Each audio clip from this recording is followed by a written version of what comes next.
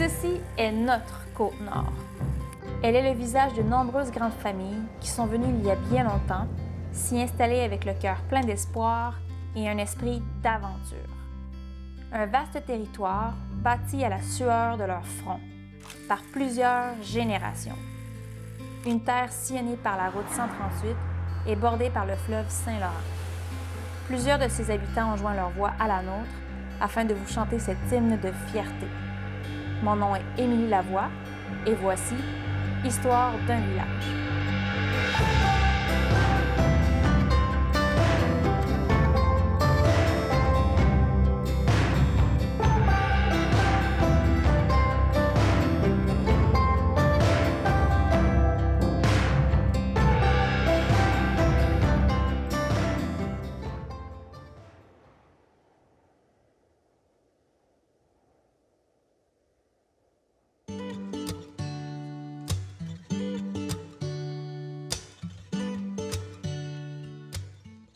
Salut, moi c'est Émilie et aujourd'hui je vous amène à Forestville.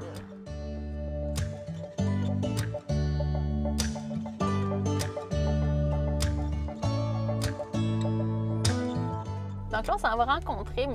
Éric Lévesque à la chapelle anglicane de Forestville où est-ce qu'il va nous en parler un petit peu plus sur ce village de la Côte-Nord.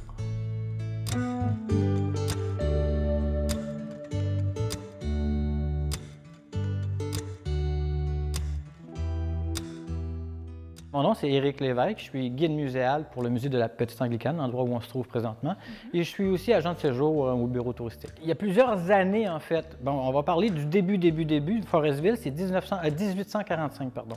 Donc, ça a été créé par un marchand des éboulements qui s'appelait Edward Sleven, qui a loué le canton Laval pour l'exploitation forestière à l'époque. Son bois était dédié à la confection de navires à Québec. En fait, c'est sa belle famille, les Nesbitt, qui était fabricante de navires. Puis, il y a une autre date qu'on pourrait retenir, qui est 1937, qui est l'arrivée de l'Anglo-Canadian Pulp and Paper Mills. On pourrait retenir aussi une troisième date, qui est celle de 1944, qui est l'année où la ville a eu son incorporation municipale. Donc, à ce moment-là, où elle est devenue municipalité enregistrée aux yeux du gouvernement du Québec. Il y avait des anglophones qui vivaient ici, forcément. D'ailleurs, les gens disaient qu'à l'époque, les patrons étaient anglais, que l'argent venait des Anglais, ce qui est tout à fait logique au final, lorsque la Côte-Nord a été colonisée sous le régime britannique, plus que sous le régime français, alors ça coule de source, en fait. Donc, mais le mélange est bien fait, en fait. Il y a du franglais qui est apparu. Hein. On connaît beaucoup de franglais, d'ailleurs. Si on peut juste parler de notre fameuse bécosse au Québec, ça nous vient du back house, qui est devenu la bécosse par la suite. Alors, on voit comment l'anglais peut devenir du français au fil du temps.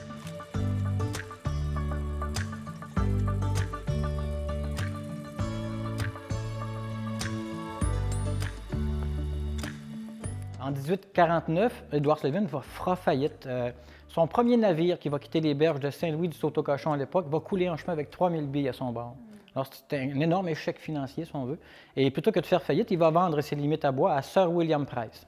À ce moment-là, c'est un changement de garde. C'est devenu la Price Brothers Company, qui va officier jusqu'en 1854. Il y aura une chute du marché du bois, donc une autre fermeture de l'endroit. Tout reprend en 1870, encore une fois sous la Price Brothers Company. Et cette fois-ci, ce sera M. Grant William Forrest qui va être appelé à gérer les lieux, d'où le Forestville, qui ne vient pas à proprement parler de la forêt, mais d'un nom de famille. Et ça va perdurer tout ça jusqu'en 1895. Encore une fois, une autre fermeture aura lieu, celle-ci de 42 ans plus ou moins. Une période qualifiée de fantôme, où il n'y a quasiment plus d'activité forestière qui va se passer. Et tout reprend en 1937 sous l'Anglo-Canadian Pulp and Paper Mills, l'Anglo-Pulp, pâte et papier cette fois-ci. Et sous l'Anglo, ça va prospérer jusqu'en 1975, où elle deviendra la Reed Paper Company. Et elle, jusqu'en 1988, sera aux commandes. Et cette fois-ci, en 88, c'est la Daishowa qui va racheter. Et de 88 à 95, elle sera là. En 95, elle commencera à quitter les lieux. Donc, l'économie principale était axée sur l'exploitation forestière jusqu'à plus ou moins ces années-là.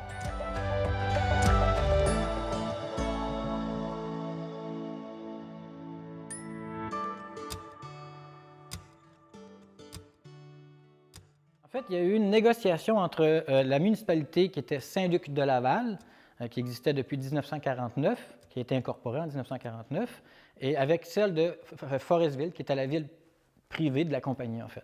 Il y a eu une négociation pendant 7 ans, de 73 à 80, de comment se passera la fusion. À ce moment-là, la compagnie va passer l'endroit de la compagnie, Forestville, passera du privé au public et les deux municipalités s'appelleront Forestville à ce moment-là. Alors, il n'y aura plus qu'un seul hôtel de ville, un seul comité de maire et son comité, si on veut. Et puis, là, à partir de là, la compagnie vendra toutes ces maisons. Donc, les gens pourront maintenant racheter des maisons dans lesquelles soit ils vivaient ou soit une autre maison, tout simplement.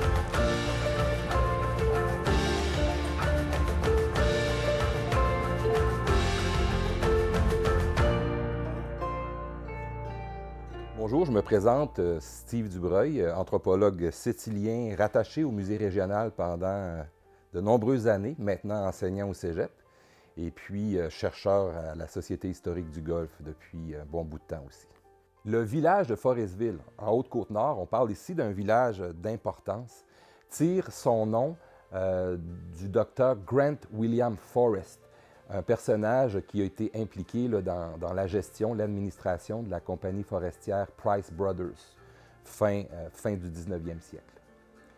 De nos jours, Forestville, c'est un village aux nombreuses ressources, aux nombreux services, entre autres pour les touristes. Pour moi, Forestville, c'est énormément la baie verte. Lorsqu'on se donne la peine de sortir du village, de descendre du côté du littoral, on arrive rapidement à la baie verte, une plage superbe, des sentiers de randonnée. Pour l'observation des oiseaux aussi, c'est un endroit incontournable. Le nord de Forestville aussi, très connu des amateurs de chasse, de pêche, des amateurs de véhicules motorisés, de quad. Et l'hiver, la motoneige évidemment, il règne. Les amateurs de ski de fond aussi savent qu'il y a une compétition annuelle très, très populaire aussi dans le secteur nord de Forestville.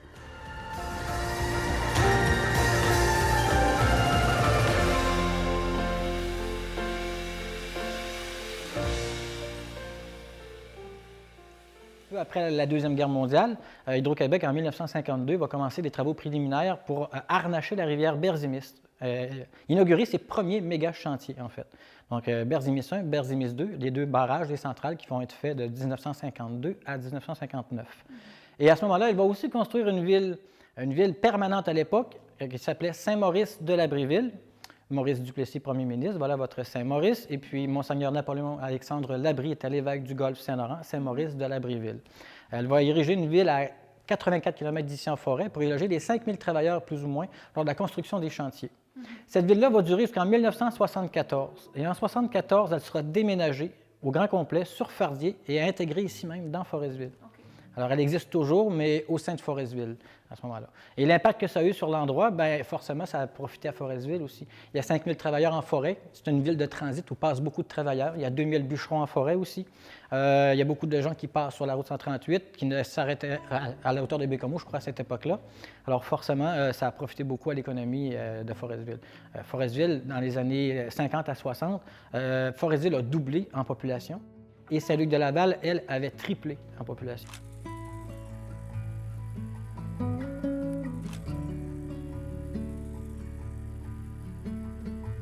L'arrivée de la technologie fait que le pâté papier est de moins en moins populaire, ce qui n'est pas une mauvaise chose au final. Je veux dire, il faut comprendre que la forêt, c'est les poumons de la planète. Alors, si on fait moins de déforestation, on va juste s'en porter mieux. Mais ça a eu un impact économique forcément aussi. La mécanisation dans l'industrie aussi. L'apparition de la machinerie dans l'industrie, la scie mécanique, les débusqueuses, les abatteuses et tout ça fait qu'on coupe de plus en plus. En fait, où il y avait 2000 travailleurs employés en 1960, en 1985 ou à peu près, c'est 200 travailleurs maintenant. Alors, il s'est coupé jusqu'à 1800 postes ici même à ce moment-là, au fil de ces 20 quelques années. Il y a eu un tournant qui s'est fait. Aujourd'hui, Forestville, c'est toujours une ville qui dépend de sa forêt pour l'énorme villégiature qu'on peut en voir ici. Beaucoup de gens ont un chalet en forêt où ils passent l'été, que ce soit un peu de n'importe où au Québec. Les gens viennent passer l'été à leur chalet. Il y a beaucoup de sports en forêt, des sports d'hiver, la pêche blanche, la chasse, la pêche, la transformation de la biomasse, les produits du terroir, etc. Donc, la forêt est toujours un très fort moteur économique. En fait, Père Sylvam, on dit à Forestville, c'est du latin, P-E-R-S-Y-L-V-A-M, par nos forêts. Au tout début, Père Sylvam, encore aujourd'hui, par nos forêts toujours aujourd'hui. Aujourd'hui, il y a beaucoup plus de services publics, donc c'est une ville axée sur les services publics, sur la PME, la petite moyenne entreprise, le tourisme et encore la foresterie. Si on compare Forestville avec Saint-Luc-de-Laval, qui est la ville jumelle, la ville sœur, à quelque part, c'est complètement différent, en fait. Dans le rectangle de Forestville, si on veut, vous y trouverez 14 rues et 10 avenues. Street and Avenues, qui est très anglophone comme façon de faire. Les rues dans un sens, les avenues dans l'autre. Alors, vous avez une espèce de quadrilatère qui se refait de cette façon-là. Alors qu'au niveau Saint-Luc-de-Laval, c'est beaucoup plus disparate. C'est là où les gens viennent se construire. Bien là, viendra se faire un réseau routier pour les rejoindre, les relier, si on veut. Et les noms de rues, c'est complètement différent. Ce sont des rues Véro, des rues Luc, rue Blouin, rue Martel, Vincent, Tremblay. Donc, vous voyez, c'est des noms de personnes plus ou moins. Si vous avez une carte urbaine du réseau de rues à Forestville, en fait, bien, vous allez voir la séparation. Vous allez tout de suite comprendre où était Forestville, où était Saint-Luc, de par justement les noms de rues. Ici, il n'y a aucun nom de rue, ce sont que des rues et des avenues.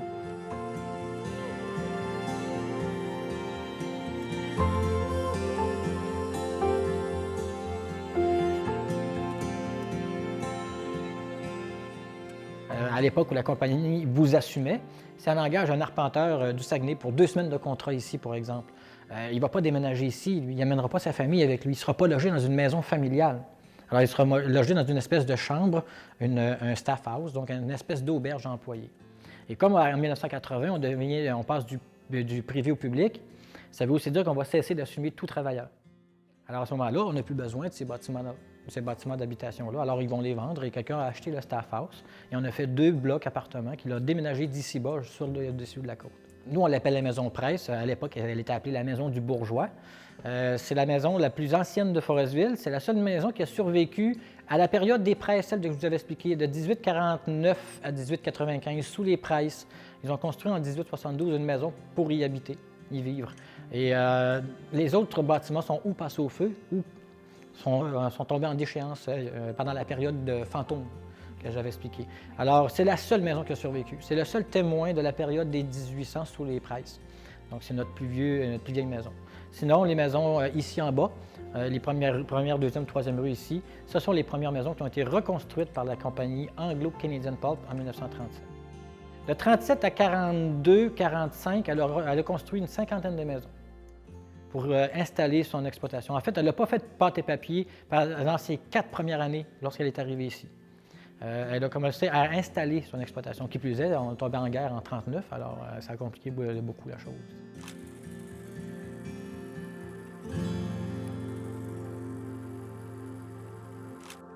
On a conservé l'arboréduc, en fait. L'arboréduc passait duc transport de viaduc, aquaduc, oléoduc, arboréduc pour le transport des arbres. Alors, on faisait la drave sur la rivière Sautocochon qui nous amenait les billes jusqu'ici. À la hauteur de la première des 3 chutes, si vous voulez, on va commencer à canaliser les billes vers l'entrée d'un arboréduc qui est une dalle en V dans laquelle on va insérer l'eau de la rivière, les billes et la gravité fera descendre tout ça jusqu'au port de chargement qui lui était à 1,8 km plus loin. Alors, on a conservé tout près d'1,2 km du 1,8 d'origine d'arboréduc que vous pouvez physiquement observer. Parce qu'il y a eu des arboréducs beaucoup plus qu'on le croit, en fait, Port-Cartier, Bécomo, vous allez à Longrive, Escoumins, il y en a eu à plusieurs endroits, en fait, et vous ne pourrez plus physiquement les observer. Il y aura peut-être des panneaux d'interprétation, des photos, des images, mais ce ne sera pas l'arboréduc d'origine, alors que nous, ici, on l'a toujours.